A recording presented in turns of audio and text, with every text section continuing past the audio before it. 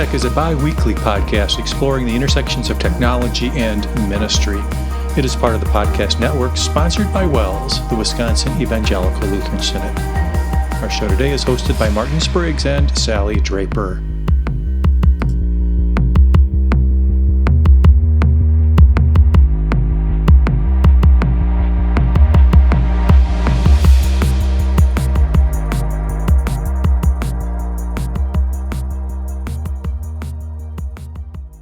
Welcome back to WELSTech, everybody. This is episode 711. That's 711. And we are recording on Thursday, October 26, 2023. My name is Martin Spriggs, and you've joined a show where we talk about technology and ministry and where those two intersect. And my podcasting partner and friend in conversation about technology and ministry, here again, Sally Draper. Hello, Sally. Good morning, Martin. Happy to be joining you today. The calendar is rushing by. It's already the end of October, you said. I can't believe it. Yep. Just flying by. Fall is one of my favorite times of year, at least early fall. As it gets later, then it gets a little more depressing, at least up here in the Midwest. But we haven't seen any snow, no freezes yet, although this weekend I heard there's supposed to be one. So we're supposed to have snow this weekend, so. Oh, nice. Curses. That's a little early. It is, but that's okay. Usually around Thanksgiving is kind of nice to see the snow. But all right. Well, what are we talking about today, Sally? Good question.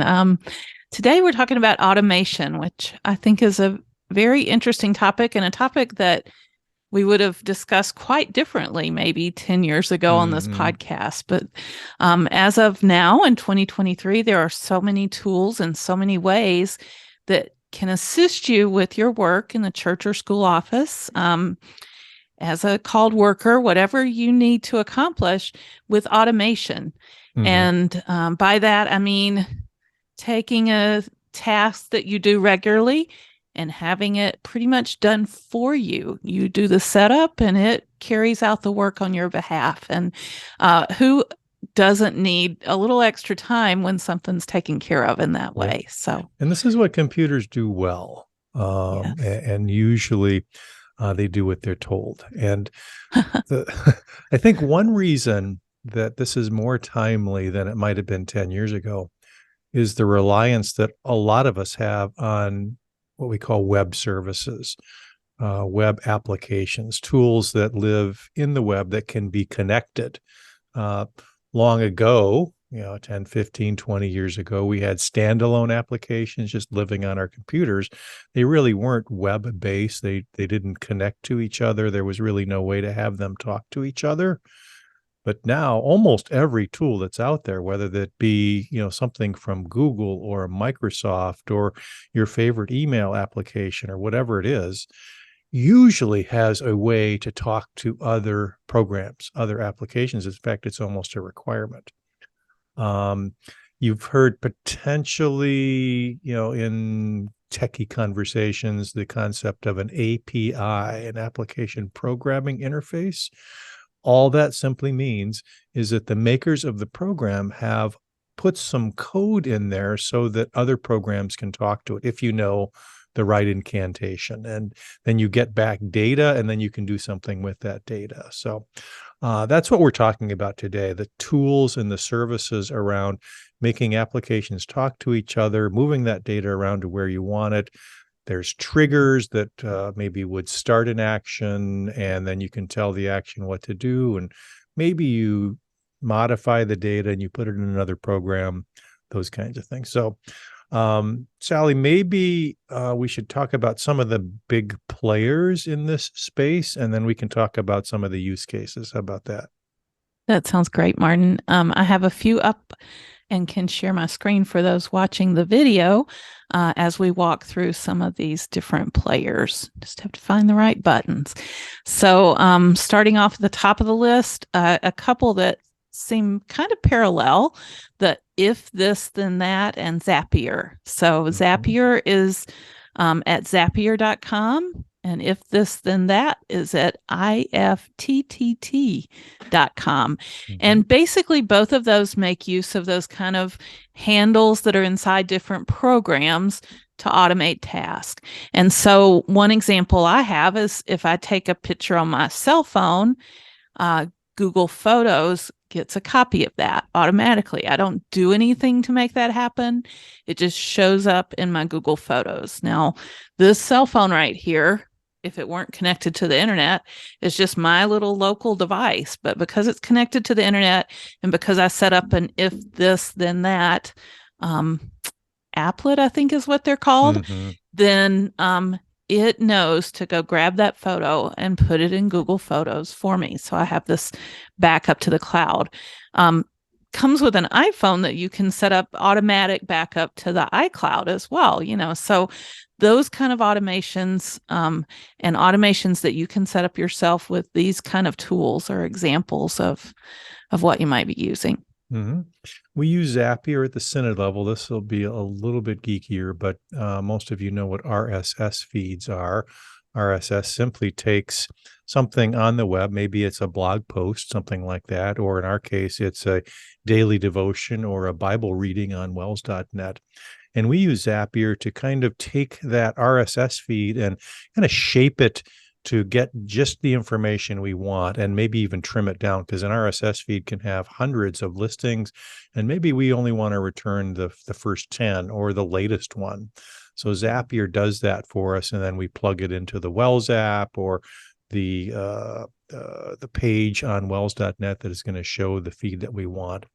One nice thing about these major players like Zapier and IFTTT is they have these kind of pre-baked recipes or templates or applets that you can kind of be inspired by.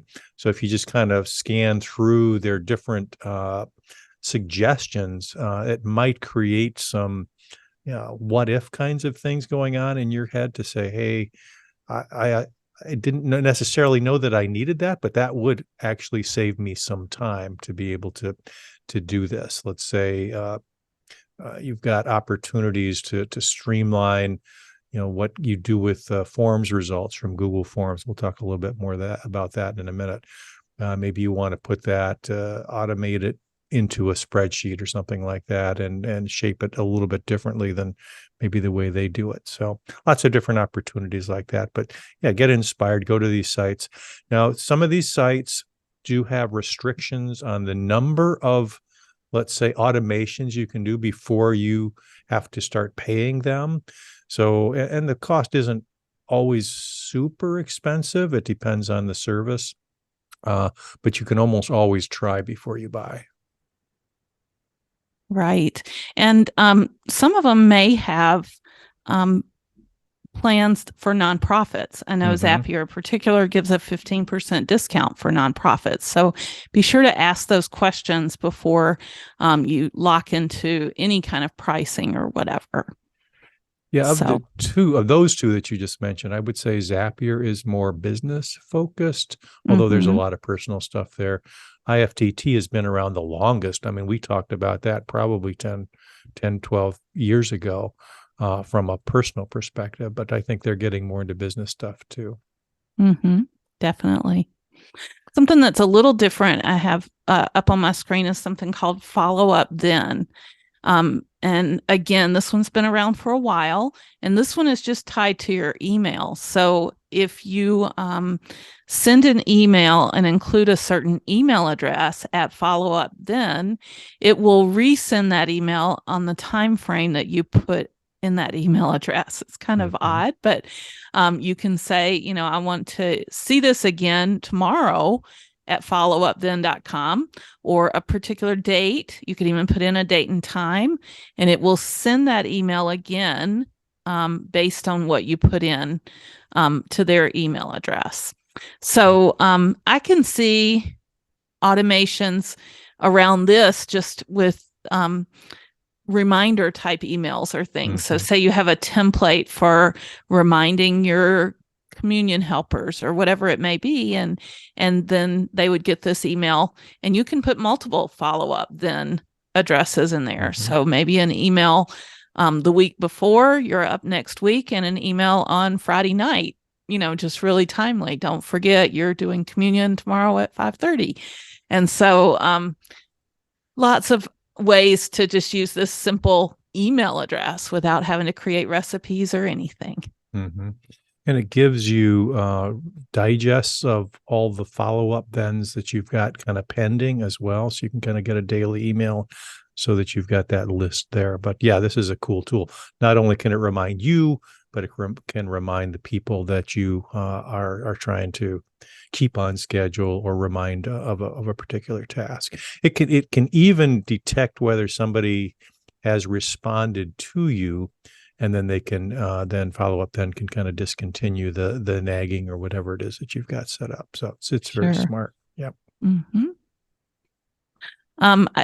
I also have opened something called Sign Up. And this is a little bit different concept where you're not automating your tasks so much, but you're letting this tool take care of the full automation. This one is to get volunteers, basically. You put something out there, you give them options, maybe dates or times that they can sign up for, or even things they want to bring to the potluck or whatever it may be. And then it can remind them in time, in a timely fashion based on the time frame that you have there. So really, you do some setup, and then it takes care of the whole thing with your volunteers and the reminders and things. Signup.com. Yep. A couple that are kind of in the heavy hitter category again, that are more like Zapier or IFTT. One is called Power Automate. It used to be called Flow. That's from Microsoft. So if you're in the Microsoft ecosystem, you've probably run across this. Super powerful, connects all the Microsoft apps plus more. I was just working in this tool this morning. It's performance review time, and we have a form that the folks fill out, for their performance review and their managers, and then it spits out a PDF. What we have is that PDF going to our HR department, but what we want is not just the email, but we want the attachment to go into a particular folder. So we created a Power Automate script that says anytime a email goes into this inbox, take the attachment, name it such and such, and then put it in this folder. So then HR has all these documents. So something similar could happen with a Google form where you say, hey, I want any attachment that come, out of this form to go into this particular folder or tagging system for Google Drive. So lots of different ways to do that. Another one, which is probably more geeky than the rest, but probably even more powerful and flexible, is something called make.com. They have thousands of connectors that allow you to build almost anything you want. But I would say the interface is a little bit more of a struggle to get to use in a comfortable way. But it is one of the big players in kind of heavy duty automation. So if the others don't do it, or if they don't have the connectors that you want, Make probably does. Nice to know. I see this word no code or low code on a lot of these sites. What does that mean, Martin? That means it's mostly going to be a drag and drop experience. So you don't have to know how to code. You obviously have to, I guess one required skill is that you need to be able to think logically through the steps necessary to get from A to B to C to D. You have to understand, that process, but that's really it. And they make it easy from there. Mm-hmm. I see like a little, almost like a flow chart on both of these sites where it just shows you the step and then the step, and you fill in the blanks of what you wanted to do. So I would guess all our WELSTech listeners are geeky enough to tackle it and spend a little time with it and get comfortable. Yeah. You can go down some rabbit holes. I mean, you can spend a lot of time trying to automate everything. You have to kind of weigh the cost of your time spent in automating these things. But again, like you mentioned at the top of the show, Sally, if there are things that you do pretty regularly, it's worth trying to figure out if there's a way to automate that. Yep. One thing I do pretty regularly is try to bring groups of people together in meetings. I don't know if anybody else does that, but it seems to be challenging when there's maybe more than two people who need to attend a meeting to find a good meeting time with everyone's calendars. And so I have often relied on doodle.com to do that task for me. Very similar to Sign Up, where you tell it the dates and times that are possibilities. And then everyone goes out and says yes or no to all those different dates and times. And then you can see where the most people can attend a particular date or time and choose your meeting time based on that. So pretty powerful stuff. Again, free for most of us. If you need to do a lot of doodling, then it has a price tag with it. But really wonderful tool for herding cats. Pulling people together for a meeting can be super challenging. Yep. And then one more just to mention, Meal Train. Something that we often do in a church setting is support people with meals in their time of need. And this will do all of that kind of work for you as well. You tell them what dates, you can put in, their food preferences and things like that, any allergies or whatever, and people sign up and deliver meals, and it does reminders and things like that for you. So kind of a niche thing, but something that we do tend to do a lot, maybe in a women's group or whatever the case may be in our churches. Very nice. So that's just a sampling. There are other products out there, and if you get into this space, you're going to obviously run across them. And I think there's some coming on the scene all the time, but those are the ones that have our attention at this point. And again, as we mentioned, if you do decide to go all in on one of these, make sure you're looking for that nonprofit pricing, because many of them have that option.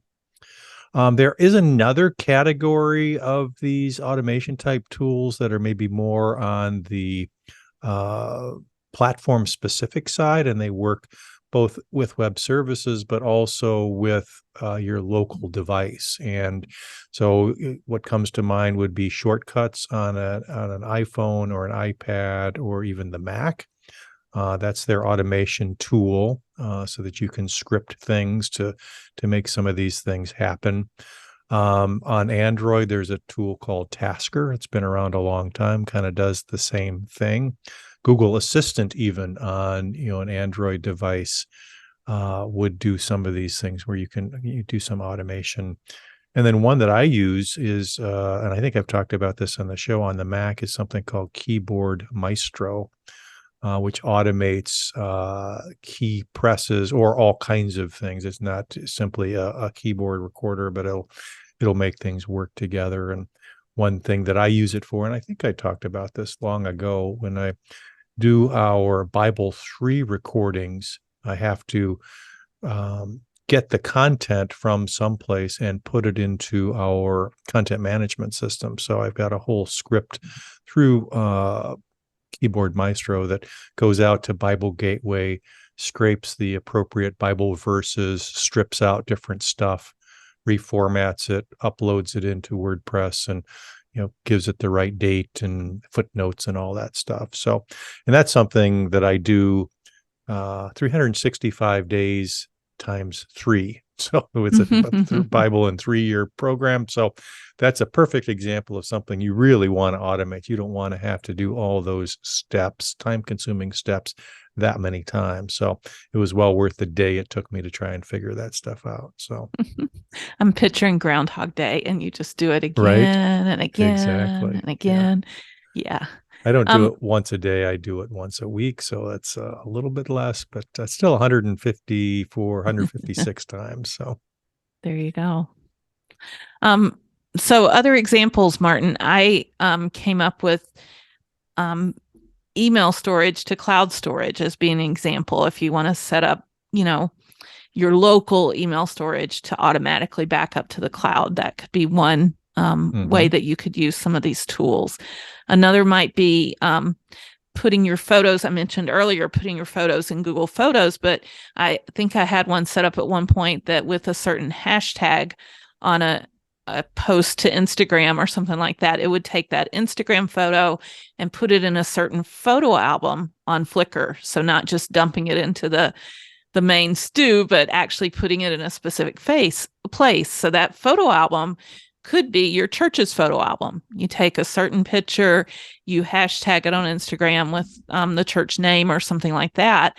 And then at that same time, you're building up a whole album of pictures that you can show from your Flickr account and share and things like that. So one thing that I do, and I'm going to talk about this with my pick of the week, is if you've got a bookmarking app, and I'll just tip my hat a little bit, I use something called Raindrop, and it is a web service and it has an API and it works with all these automation tools. If you give your bookmark a certain tag, you can kind of ask your tool, Zapier or whatever it is, to spring into action and say, oh, you tag something with WELSTech. I'm going to put that into your a particular OneNote page or your note-taking app or a spreadsheet so that you've got now a list, so you don't have to rely on the organization of your bookmarking tool. You just kind of give it the tag, and these automation tools put it where you're actually going to use the content. So things like that are super helpful. Yeah. Another might be not really something you want to automate, but something you want to monitor. And that would be any kind of web postings with, say, your church or your school name.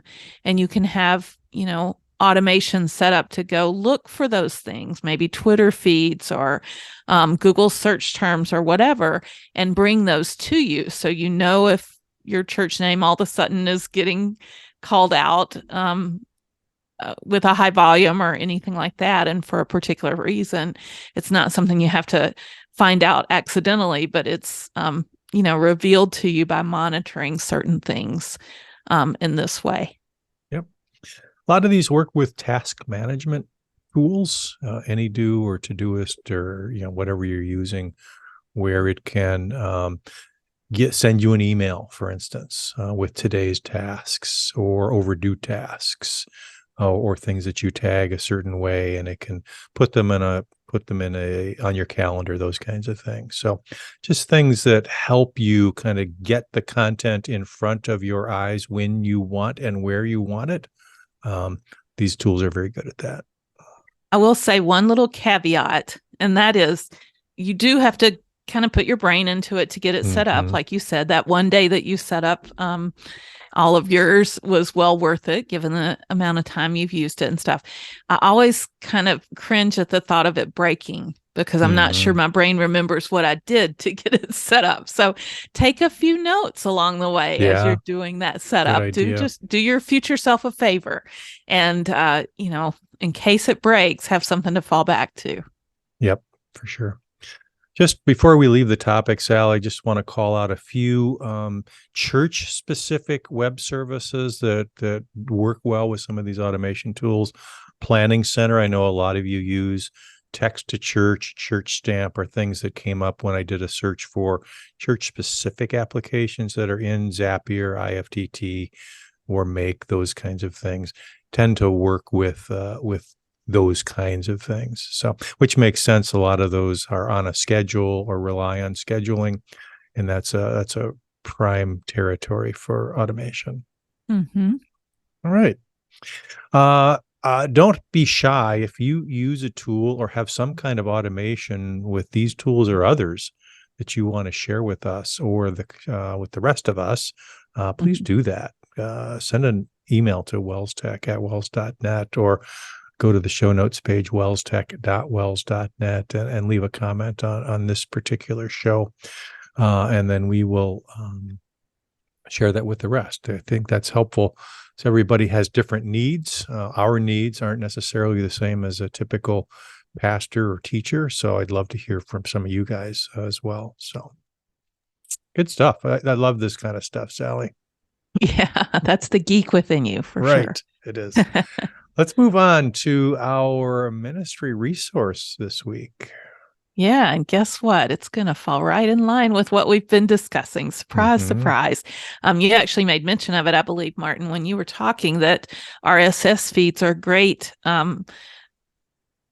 source content for Mhm. using in tools that automate. And Wells.net has a good number of RSS feeds that you can make use of and perhaps display on your website or send, in different methods.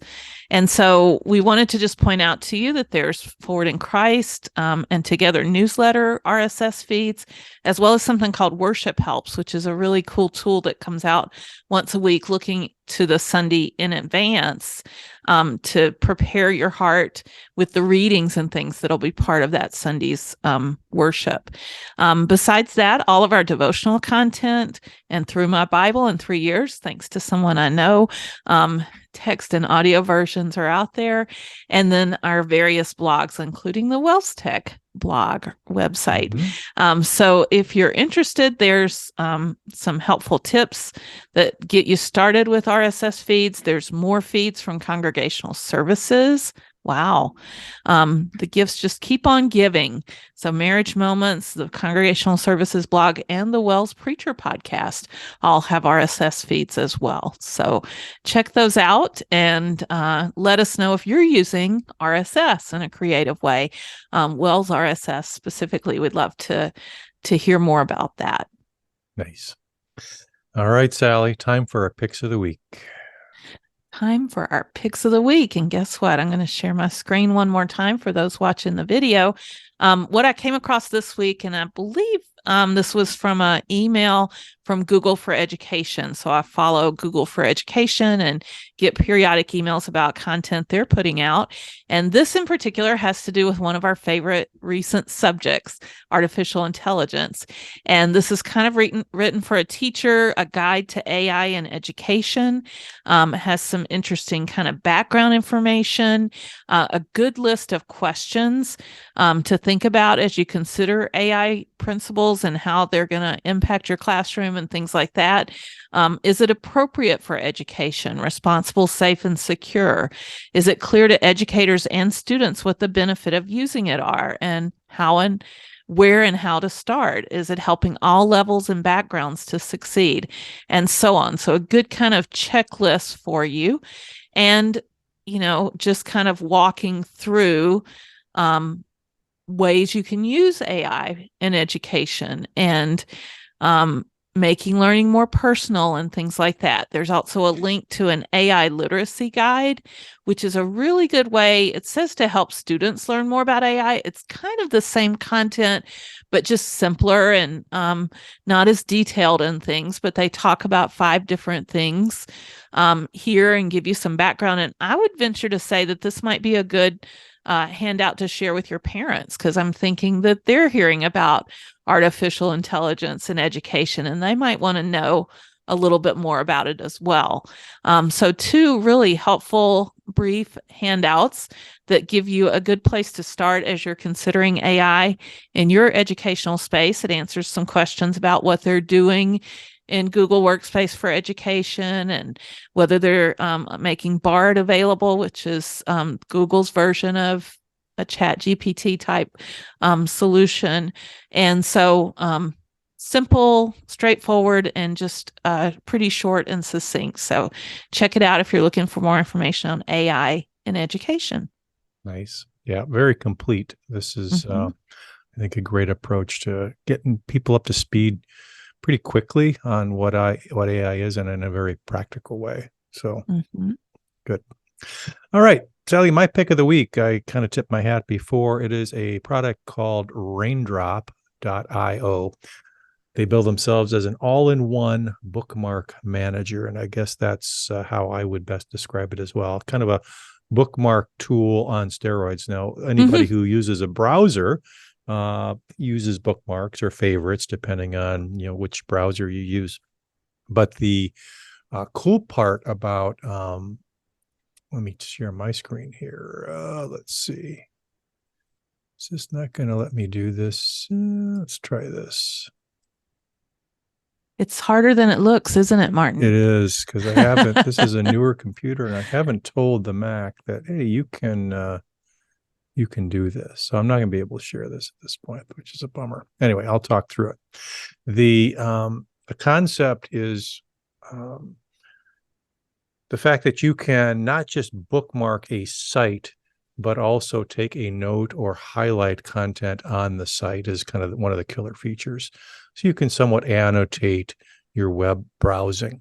So it's one thing to bookmark a site, but if there was something on the site that you were particularly interested in and want to be drawn back to, you don't want to have to maybe read through, a 20-page blog post, so to speak, or 5,000 word blog post. You were kind of mostly interested in this section. So, with this Chrome extension, it has a Chrome extension. It's also a website or a web service. You can actually see both when you visit the site, again, where you highlighted, but also within raindrop.io, you can see what highlights you made and what notes you took. So it's a great way to kind of track what you were really interested in. Another nice thing about this is it's got a mobile version. So when you're on your phone, you can tag these. And then there's a whole organizational structure that you can apply to this. So you can apply it to groups. So I've got a work group, a home group, so I can separate my two. And then you can tag and put them in collections and then reorganize them and kind of view them any way you like. It also, if you pay for it, which I believe is $29 a year, something like that, which I've done, it allows you to store content offline, and then it makes it totally searchable. The entire contents of a total article, you can search through your entire Raindrop.io repository or collections and surface exactly what you're looking for. You can slice it and dice it by notes, by highlights, again, by collections, tags, just see the videos. It'll do videos, articles, links, documents. You can even upload documents if you want. One thing that I've always struggled with, Sally, is when somebody shares with me, let's say, a Google Doc. So I've got in Google Drive, you can go and see all the things that have been shared with you, but there's no real organization to that. It's just kind of a long list. So what I do when I get something shared with me, these are, again, just links. I bookmark them in Raindrop. I categorize them. I will take a quick note on them. And now I have a quick link to them in my linking system. I don't have to go to Google Drive or whatever. I can kind of find what I'm looking for all in one place, which is kind of nice. So if I've got, so recently we've been working with a couple vendors and I've got a projects category. And for each project, I put all the content that is related to that particular project. And in these cases, they're sending me statements of work and proposals and those kinds of things in a Google Doc. So it's real easy for me to just tag that, put it in my bookmarking tool, and now I've got all that stuff together, which really saves a lot of time. I don't have to wonder, and that's kind of the double-edged sword of the world in which we live with all these web services. You don't have to, it's difficult to remember where you left it or where it is. Was it in this service? Is it an email? Did I copy this to Google Drive? Is it on my desktop? Those kinds of questions. You spend a lot of cycles, I think, just trying to figure out where you tag this stuff, where you put it. So this kind of centralizes that. So it's actually a very nice tool. So there is a free version. You don't get some of the offline capabilities, but if you're okay with that, then for the most part, it gives you all the same features. So it's a very cool tool. Raindrop.io.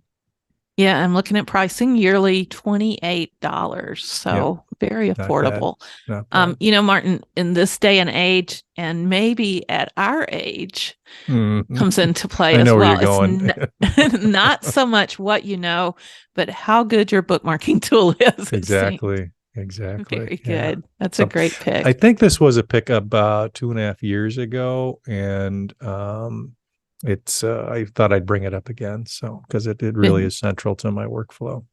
Yeah. You make an investment in a tool like that. So I would guess over 2.5 years, you've seen the benefits. Right. All right. Community news and feedback, Sally. Well, today we're going to share something from our friends at the Christ in Media Institute. This is an educational arm of Bethany Lutheran College, kind of the brainchild of Dr. Tom Custer, who we hold in highest esteem. Wonderful man who's done so much great work with Christ in Media. He and his wife, Judy, coordinate the Gospel Outreach with Media Conference. This is an annual online conference. We've talked about this over the last probably 6 to 8 years that they've been doing this now. And it is open right now for you to participate in. Ends on November 6th. So you've still got a couple of weeks to get out there and dig into the great content that's being presented at this year's online conference. And basically they have some different kind of categories around what they're presenting. They have the gospel for today and always, presented by actually now in glory, Pastor Mark Harstad. And then there's work of Bethany's CMI fellows, so different people around ELS and WELS who are doing just some really cool projects related to gospel outreach and using media.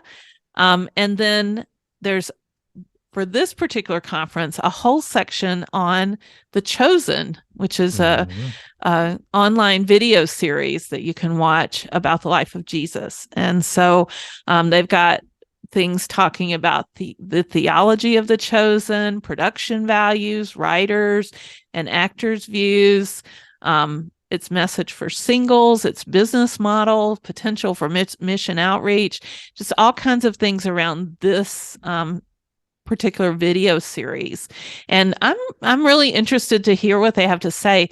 This is a video series I haven't watched yet, and I've kind of been holding off just to find the right time to kind of get into it.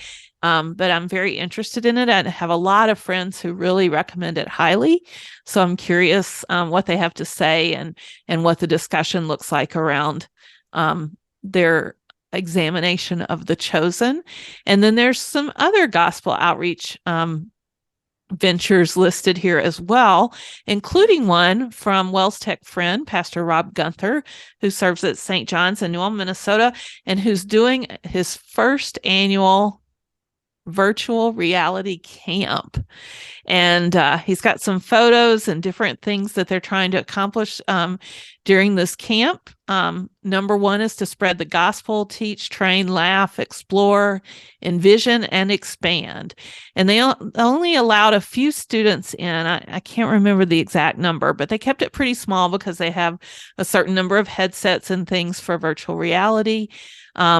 Basically, they're having MLC students run the camp, and they came up with some themes and bought some snacks and set up the equipment, which they said was the hardest part. And they're running a camp and troubleshooting and monitoring to see what happens. So he's got some cool pictures out here of the kids looking at different things through the VR headsets. It's set up for 4 Sundays in October, with the 5th being a play date. So they have 5 people signed up. They're doing 2 different sessions. So a total of 7 students taking it, because they only have 5 headsets, with a focus on music, then art, things like sculpting and 3D printing their creations with the art week. They're doing a science night and a Phi Ed night.